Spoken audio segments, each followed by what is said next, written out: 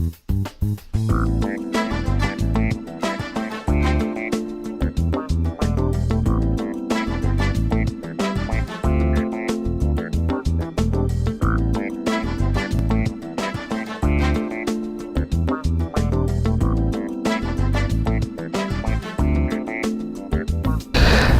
and welcome back to Let the Record Reflect on this wonderful Tuesday in the month of November, 1 week after Election Day on Tuesday, November 6th here in 2012, where we have just re-elected the first African-American President of the United States of America, President Barack Obama, nationally. And statewide, of course, the NAACP has another victory in defeating Public Act 4, the Emergency Manager Law, or I like to call it the Dictator Law.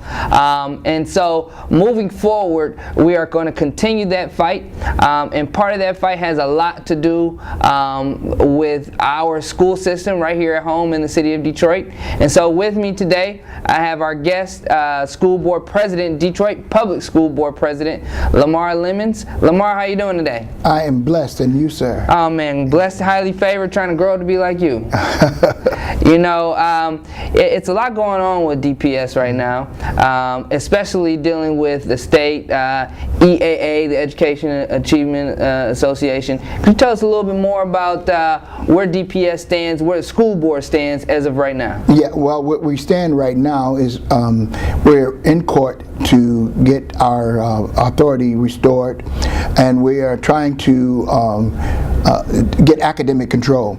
The reality is, although Judge Murphy gave us academic control, the emergency financial manager has never relinquished academic control. So at this point, we're asserting ourselves, even to the point as of today. We're meeting in the Detroit Public Library. This is Tuesday the 13th at 5 o'clock. And we're meeting in the library because he refuses to allow us to use DPS facilities to have our meeting. He refuses to allow the Detroit Public School Board exactly to use DPS facilities for a meeting? That's exactly right. That doesn't sound right. Right. Well, he couldn't do it except Judge Murphy allowed us to have 3 meetings in September and 2 meetings in October, and pending the outcome of the election. And now he's the emergency financial manager has been able to delay our appearance in court, where our authority would be most assuredly restored. You mean you mean Roy Roberts? Right. The emergency financial manager. Right. He's by not paying our attorneys, he's prevented us from being able to go to court to get our authority, because if we have our total authority, then we can meet in a DPS facility. But let me say this: there's a savings at about $1,100. It costs that for the community use of schools every time we meet.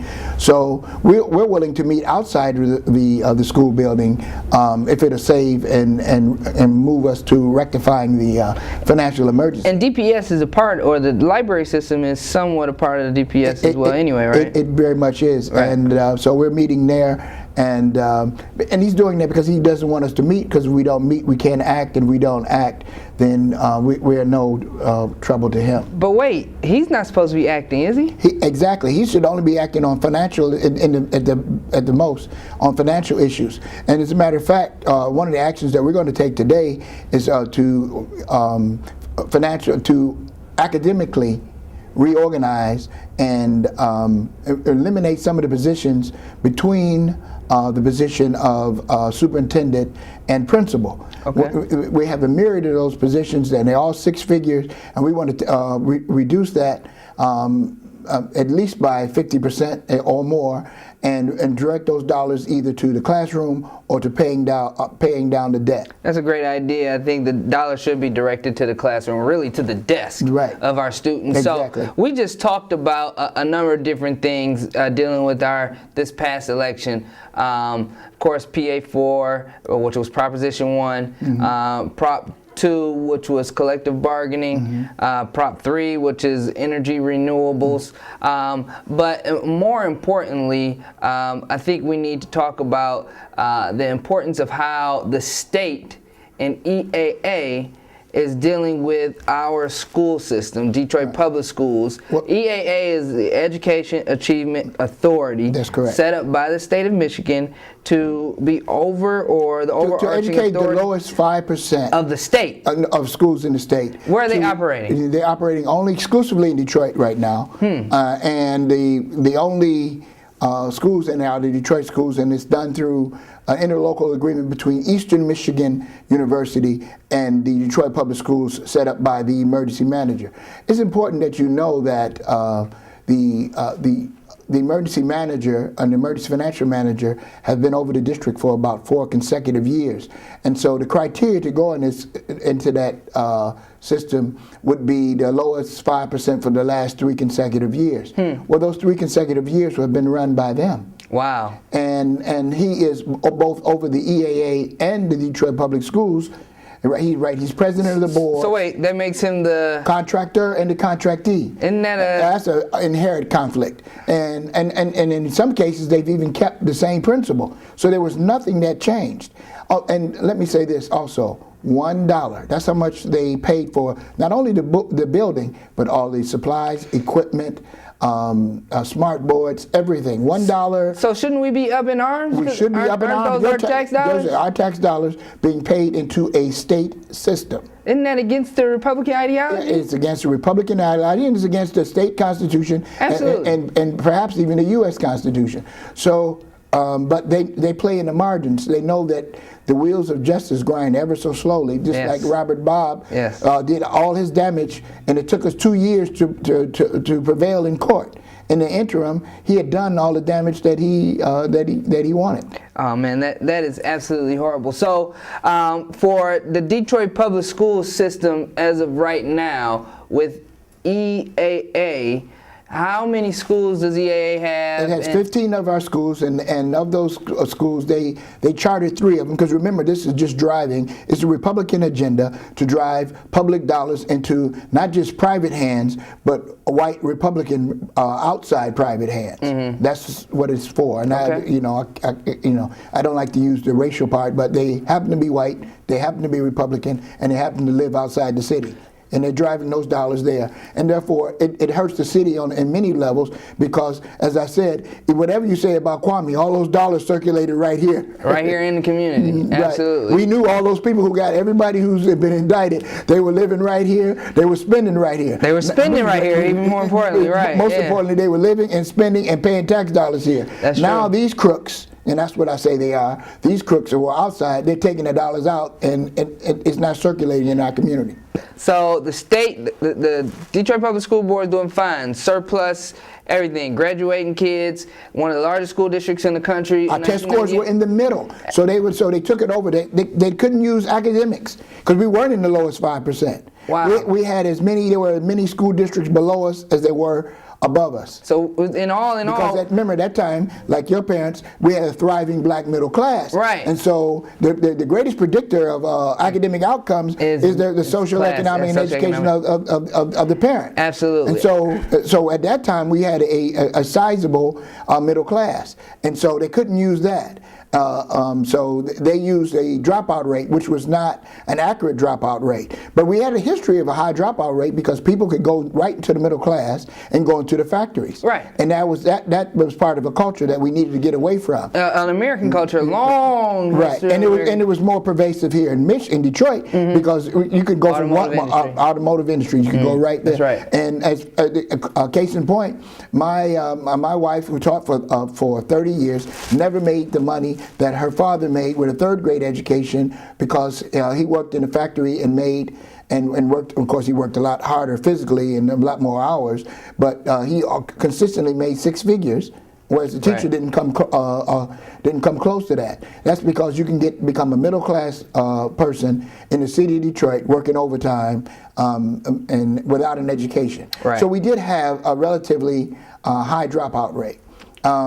Nothing near the figures that they were quoting. So that was something that needed to be. So they used that as a rationale, took over the district, returned it with a $250 million deficit, and then when the newly elected board could not rectify the deficit that they created after 3 years, they took it over again. And And brought in Robert Bobb, who gave contracts out, spent money, left us with $100 million more in debt. So the emergency manager law has left us in more debt. Left us with more debt with fewer students, and then and now bring in Roy Roberts, who has been far less corrupt, although his son has a contract with the district. There's been some nepotism and cronyism, but nothing compared to what happened previously. But he's dismantling the district, put the schools in the EAA. He came in saying he was going to put them in the EAA. I said, wait, but the only children that can go into the EAA would be the ones that he failed from as emergency manager. Right. So he had already predicted that they were going to fail. What kind of coach or what kind of person would you have saying that at the beginning of the season, we're going to have a losing season? Because he came in saying, I'm going to put these kids in the EAA. Yeah, and so what I don't understand about the whole thing is that, first of all, they're only in Detroit, and it's supposed to be the bottom 5% of the entire state. Number two, they're using taxpayer dollars, really DPS dollars. Right, DPS dollars and Detroit taxpayer dollars, which is unconstitutional under Headley. Under Headley, you can't. The state can't come in and impose a statewide program on a local, and the rest of the state, they wouldn't tolerate it. So we don't have the lawyers. Right, absolutely. They tie us up by not having the lawyers, and it would probably be a 3 to 5 year fight to prevail, but ultimately we would prevail. So at the end of the day, how does defeating Proposal 1, the emergency manager law, which NAACP, we were all over the state for the past 2 years working to defeat the emergency manager law, and we just defeated it last week, Tuesday, November 6, 2012.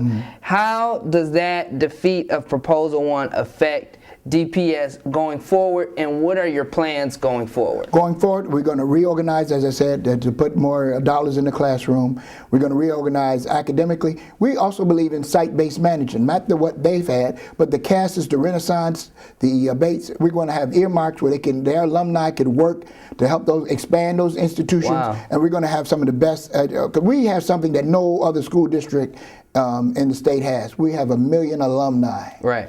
And we can engage them, and the graduates of King and Cass and whatever school, they will come back, the professionals will come back and help mentor and help raise money and help make these schools and have site-based management. So the community would pick their own principal, and they would have a direct role in the operation of their schools to make us competitive with every school district. And the board would only come in where it's not working. Okay. We know Cass is going to work, and they really don't need our help.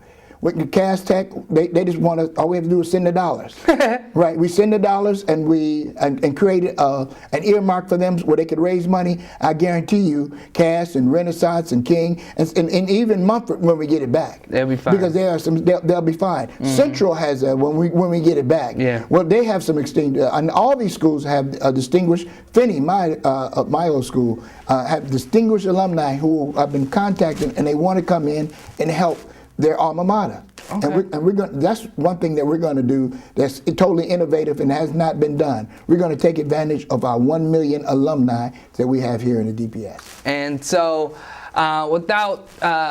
just want to make sure that you know DPS is back. NAACP is still fighting, and we're going to continue to fight until we win. We just won the biggest president, most important election of our lifetime, November 6, 2012, and here in the state of Michigan, even more importantly, we got rid of dictators in Michigan, which really, ultimately, has helped to save democracy across the country. That's right. If you ask me, really across the world. So if you're looking for some fighters on the side of democracy, and if you're looking for fighters on the side of our most important and most precious commodity, which is our children, that's right. Look no further than the city of Detroit, and look no further than the Detroit NAACP. My name is Al Williams with our guest, President of the Detroit Public School Board, LaMar Lemmons, and this is our wonderful show, Let the Record Reflect. Thank you very much.